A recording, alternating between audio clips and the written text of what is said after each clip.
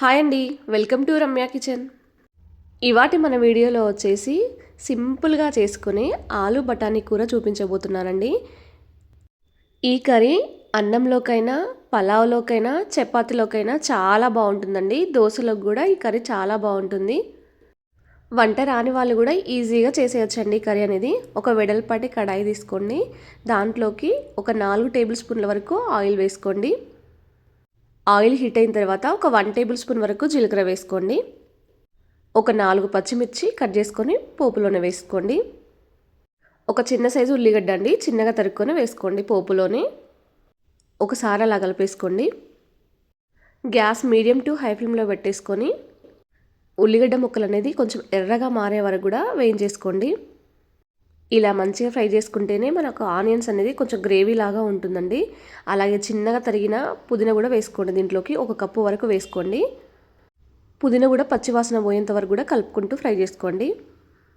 ఒక 1 table spoon వరకు అల్లం వెల్లుల్లి పేస్ట్ వేసుకోండి. 1/2 టీ స్పూన్ పసుపు కూడా వేసుకోండి పోపులోనే.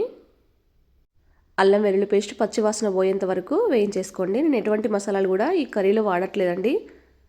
అలాగే చిన్నగా తరిగిన ఒక 3 టమాటాలు వేసుకోండి, సరిపోతుందండి 3 టమాటాలు. ఒక 1/2 టీ స్పూన్ వరకు ఉప్పు వేసుకోండి. టమాటాలు వేసిన తర్వాత పండు టమాటాలు అనేది తీసేసుకోండి. మూత పెట్టండి. ఒక 3 నిమిషాల పాటు మూత పెడితే టమాటా అనేది మనకు మెత్తబడిపోతుందండి ఈజీగానే.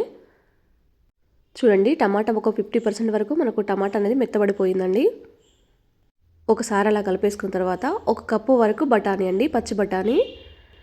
ఒకవేళ మీరు ఫ్రోజన్ బఠానీ తీసుకుంటే ఉడకబెట్టేసుకున్న తర్వాత ఇలా ఫ్రై చేసుకోండి, సరిపోతుంది. బఠానీ అనేది కంపల్సరీగా ఫ్రై చేసుకోవాలండి.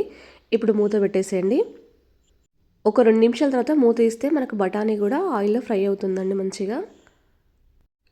ఒక 3 పెద్ద సైజు ఆలుగడ్డలు తీసుకున్నానండి. నేను ఉడకబెట్టేసుకొని పొట్టు తీసుకున్నానండి.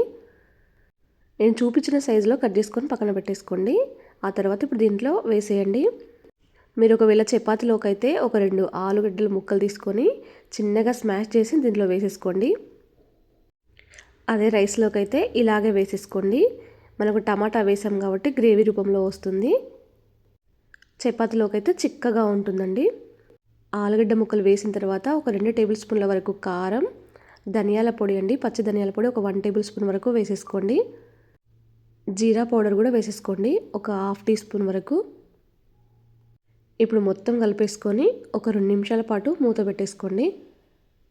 వాటర్ ఏమి యాడ్ చేయకుండా మూత పెట్టేసుకోండి. చూడండి, ఇప్పుడు మూత తీస్తే మనకు ఆయిల్లో ఫ్రై అయి ఉంటాయండి. ఆ తర్వాత ఇప్పుడు వాటర్ వేసేయండి. నేనైతే ఒక గ్లాస్ వరకు వాటర్ వేసుకుంటున్నానండి. మీకు కొంచెం స్పైసీ కావాలనుకుంటే ఈ టైంలో గరం మసాలా అనేది ఒక 1/2 టీ స్పూన్ వేసుకుంటే స్పైసీగా ఉంటుందండి మనకు కర్రీ అనేది. చూడండి, 2 నిమిషాల తర్వాత మూత తీస్తే మనకు ఆయిల్ అనేది ఇలా పైకి వస్తుంది. ఇలా పైకి వచ్చిన తర్వాత చిన్నగా తరిగిన కొత్తిమీర వేసేసుకోండి.